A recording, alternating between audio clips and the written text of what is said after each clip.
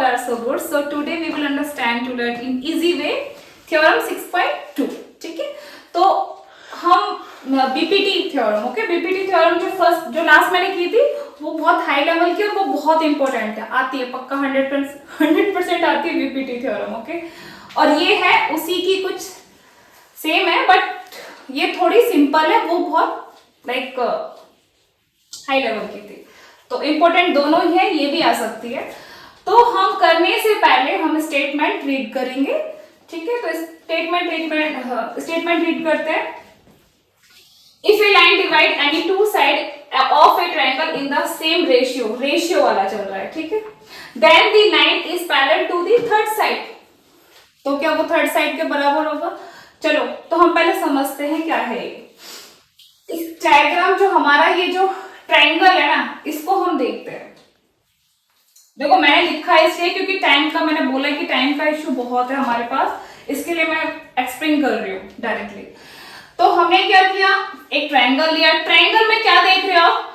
A B C एक triangle है, ठीक है, जिसकी ए बी एक साइड है और ए सी एक साइड और बी सी एक साइड है। मीन समझ रहे हो, इसकी 3 साइड है, ठीक है। अब ये जो ए बी है ना, इसको डीई क्या कर रही है? रेशियो में डिवाइड कर रही है। कैसे? एडी अपॉन डीबी, मतलब बराबर, ओके। अब सेकंड साइड लेंगे एसी। एसी में क्या हो रहा है? इसमें भी डीई क्या इसको रेशियो में डिवाइड कर रही है। कौन? एई एंड ईसी हो जाएगा फिर। अब क्या बोल रहे हैं यार, देखो अब आप समझ रहे हो, ये जो है ए बी और एसी, ए बी को किसने डिवाइड कर दिया? डीई ने, समझ रहे हो, और एसी को डिवाइड किसने कर दिया? डीबी ने। इसने आगे क्या किया है? रेशियो में डाल दिया, बराबर डिवाइड कर दिया। अब क्या बोल रहा है कि डीई क्या बोल रही है? अगर डीई क्या बीसी के पैरेलल होगी, मतलब पहले तो इसने इन दोनों को कट कर दिया, आगे इसको भी कट कर दिया। अब बोल रही है कि डीई पैरेलल बीसी के हो पाएगी क्या? ये है क्या? प्रूफ करना है हमें। अब हम प्रूफ कैसे करेंगे? देखो कितनी ताकतवर है वो ठीक है। तो अब हम क्या करेंगे, हम अज्यूम करेंगे, हम मान लेंगे कि डीई पैरेलल नहीं है बीसी के, ठीक है। हम पहले मानेंगे, अज्यूम कर लेंगे और फिर हम एक कंस्ट्रक्शंस करेंगे, ठीक है, ठीक है। तो डायग्राम ये समझ में आया? डायग्राम ही समझना इंपॉर्टेंट है, क्वेश्चन समझना, ये जो आपका स्टेटमेंट है ये समझना इंपॉर्टेंट है। तो स्टेटमेंट में यही बोला है कि डीई क्या बीसी के पैरेलल होगी, ठीक है। और ये थर्ड है साइड, बिकॉज अब थर्ड साइड में भी कंफ्यूज हो जाते हैं बच्चे की थर्ड साइड कौन सी होगी। मींस देखो, एक तो ये साइड ए बी और एक हो गया A C. Second A B one side, A C second side and B C third side, okay. ये है थर्ड साइड, इसमें कंफ्यूज है कौन सी थर्ड साइड, कौन सी थर्ड साइड, ओके। तो समझ लिया, डीई ने क्या कर दिया? ए बी को, ए बी जो एक लाइन है, इनको रेशियो में डाल दिया है, ठीक है, और इधर एसी को भी डाल दिया। अब ये डीई कितनी ताकतवर लग रही है ना, सबको डिवाइड कर दिया उसने आगे, और बोल रही है क्या मैं अगर डीई पैरेलल क्या बीसी की हो सकती है, ठीक है। तो हमें ये थर्ड साइड ये है। चलो अब हम करते हैं स्टार्ट। समझ में आया ना? तो अब हमें क्या है, गिवन है ऑब्वियसली एबीसी ट्रायंगल है जो गिवन है, and A line that cut, जो मैंने बोला कि कट क्या हो रहा है, एबी को कट कर रहा है ना, एबी को कट कर रहा है एंड एसी को कट कर रहा है। कौन? डीई। ये हमें दिया हुआ है। तो सच दैट एडी अपॉन, मतलब ये देखिए AD upon DB and AE upon EC, okay. ये क्या करेंगे हम? फर्स्ट इक्वेशन में रख लेंगे। अब हमें क्या है, हमें नीड क्या है? हमें तो नीड ये है ना कि डीई पैरेलल बीसी के है, वो हमें नीड है। तो हम उसके लिए क्या करेंगे कि हम पहले मानेंगे कि ये जो डीई है ना, ये बीसी के पैरेलल नहीं है, ठीक है। हम ऐसे हम मान लेंगे, ठीक है। तो हम लिखेंगे लेट्स अज्यूम दैट, मतलब हमने मान लिया, वही मैंने जो आपको बोला वही लिखना है। Let's assume that D is not parallel BC के, ठीक है, हम मान लेंगे, ओके। अब क्या करेंगे, यहां से मतलब डी वाला पॉइंट है, यहां से कंस्ट्रक्शंस करेंगे ई डैश, ओके। अब ई डैश करेंगे ना, तब देखना हम क्या करेंगे, उसकी भी एक इक्वेशन बना देंगे, जैसे कि ए ई अपॉन ई सी, ठीक है, ई डैश ई सी वाला। ओके, तो हम पढ़ लेते हैं जो मैंने लिखा है, जो मैंने अभी बोल भी दिया आपको, कि अगर देखो डी ई डैश पैरेलल किसके हो रही है, बीसी के, जो हम पहले बोल रहे थे कि भाई डी ई पैरेलल है बीसी के। अब मैंने कंस्ट्रक्शन कर दिया यहाँ पे, ये ड्रॉ कर दिया थोड़ा सा यहाँ पे, ए ई के ऊपर ई डैश, ओके, सेम इसके ऊपर थोड़ा सा ऊपर, तो यहां पे बोला जा रहा है डी ई पैरेलल बीसी, ठीक है। तो अब हमने क्या कर दिया, let's draw D E dash such that D E parallel BC, D E dash वाला, ओके, नॉट डी ई बोल रहे हैं अभी, ठीक है।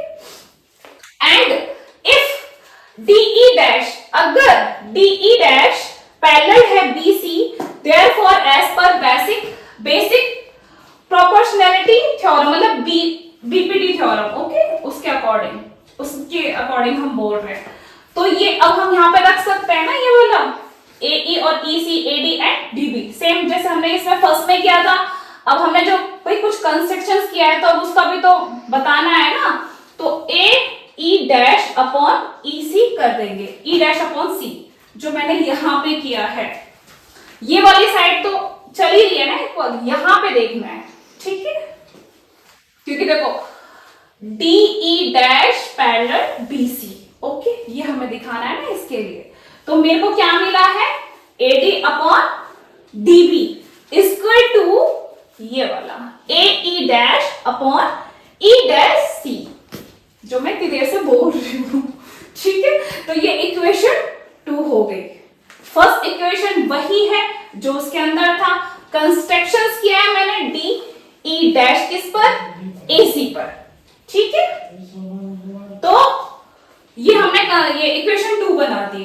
अब क्या कर सकते हैं हम, भाई ई में क्या था, मतलब फर्स्ट इक्वेशन में क्या था और सेकंड इक्वेशन में क्या मिला, जब कंस्ट्रक्शंस किया हमने तो हमें क्या मिला है वो हम बताएंगे।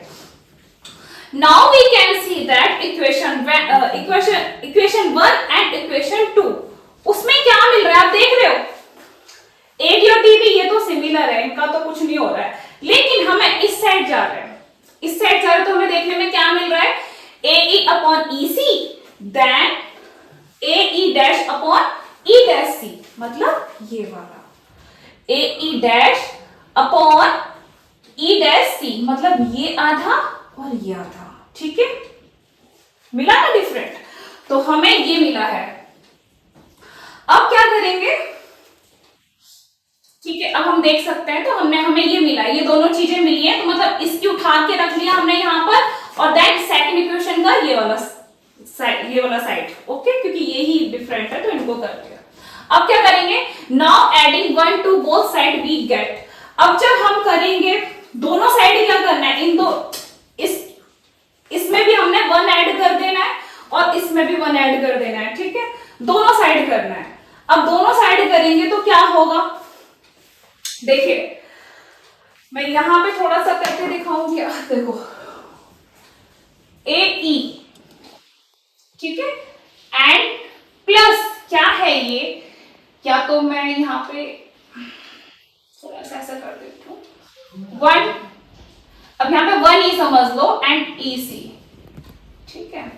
अब सोचो मैं यहाँ पे इसका एलसीएम ले रही हूँ, तो एलसीएम क्या होगा भाई, दोनों का यहाँ पे सोचो, सपोज पर मान लेते हैं ना कि यहाँ पे 1 है, तो भाई मैंने ई सी यहां से इसको डिवाइड किया तो कितना आया, सेम आया, और 1 ई सी बन जाए ई सी, इसमें 1 करेंगे तो सेम आएगा, डिवाइड किया तो ऊपर मल्टीप्लाई उसी से हो गया, एंड साइन प्लस का कर दिया। अब सोचिए 1 को हम इसमें डिवाइड करेंगे तो क्या होगा, EC आएगा, और EC ऊपर जाके क्या हो रहा है, यहाँ पर मल्टीप्लाई हो रहा है, तो इसीलिए मैंने यहाँ पे EC लिखा है, जो आप ये देख सकते हो, राइट।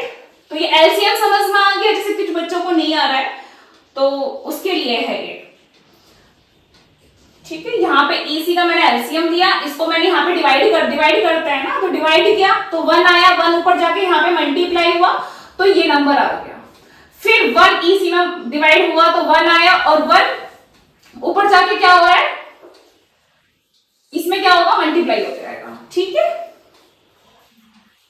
ठीक है, करोगे तो समझ में आएगा, थोड़ा प्रैक्टिस करोगे तो हो जाएगा, एलसीएम ये समझ में आ जाएगा।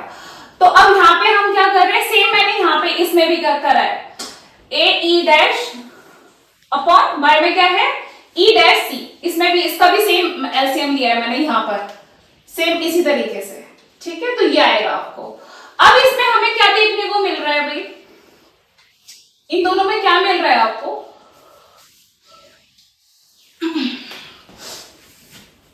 एक सेकेंड, अब ये AC एंड EC क्या है, इन दोनों को हम करेंगे, ये क्यों आया है, क्योंकि देखो हमने क्या किया है, ये दोनों कट कर दिए हैं। ठीक है, ये दोनों कट किए हैं, तब जाके ये AC एंड EC बचा है।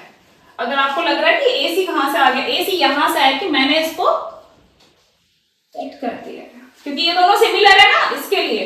और AC बचा तो AC लिख दिया हमने, एंड अपॉन में क्या लिखा EC इसका टू सेम, इसमें भी मैंने क्या किया, इसमें क्या मिल रहा है, यहाँ पे डैश है, ई डैश है, सॉरी थोड़ा रब हो गया है, जो दिखने में प्रॉब्लम हो रही होगी। तो ये दोनों मैंने कट कर दिए, ई डैश और ई डैश। अब क्या बचा यहाँ पे, सेम AC बचा, एंड अपॉन ई क्या बचा, ई डैश सी।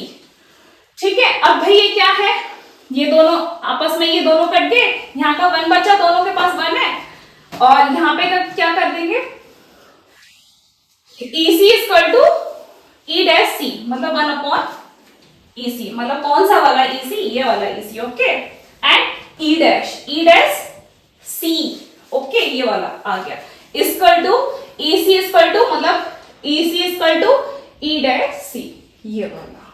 ठीक है, अब क्या हो रहा है, अब क्या बोलेंगे, हो गया, therefore E and E dash मतलब ये वाला, इसलिए E and E dash must coincident. Okay, since DE dash parallel, इसलिए DE parallel BC। Okay, therefore DE parallel BC has proof. Okay, ये हो गया प्रूफ, इसलिए। ओके, समझ में आया, एक हमने कंस्ट्रक्शंस कर दिया और हमने पूरा ये सॉल्व कर दिया, है ना इजी। तो फर्स्ट हमने क्या करना है, करने से पहले देखो छोटे, जैसे कुछ बच्चों को छोटी छोटी कुछ होती ना, कुछ जैसे किसी को एलसीएम नहीं आता, किसी को कट करना नहीं आता, तो उस पर प्लीज थोड़ा सा ध्यान दीजिए, बाकी बहुत इजी है, अच्छे से हो जाएगा। ठीक है, तो हमने क्या किया, पहले स्टेटमेंट पे ध्यान दिया, स्टेटमेंट हमने अच्छे से पढ़ा। ठीक है, क्योंकि स्टेटमेंट पढ़ोगे तभी अच्छे से समझ में आएगा कि भाई ये थ्योरम क्या बोल रही है। ठीक है, तो ये थ्योरम हमने कर दी है, पहले हमने सोचा अज्यूम कर लिया था, फिर उसके बाद हमने अज्यूम कर लिया था कि भैया मान लेते हैं कि भैया DE पैरेलल BC के नहीं है, इसलिए हमने क्या किया, यहां से हमने कंस्ट्रक्शन कर दिया, किस पर, AC पर, कौन सा, E डैश। ओके, फिर हमने इसका बना दिया, एक तो थी हमारे पास ऑलरेडी, फिर हमने एक और बना दी, AE upon E dash C, ऐसे करके हमने कर दिया। तो फाइनली ये थ्योरम फिनिश हो गई है। आई होप आपको ये समझ में आया होगा, एंड प्लीज अच्छे से प्रैक्टिस कीजिए, बिकॉज थ्योरम पक्का आएगी 100%। ये तो सबको मालूम है कि बीपीटी थ्योरम कितनी इंपॉर्टेंट है, तो प्लीज ध्यान दीजिए पढ़ाई पे। Okay, if you have like this video then show little love by doing like, share, subscribe my channel. Bye and take care, ध्यान रखिए एंड बाय।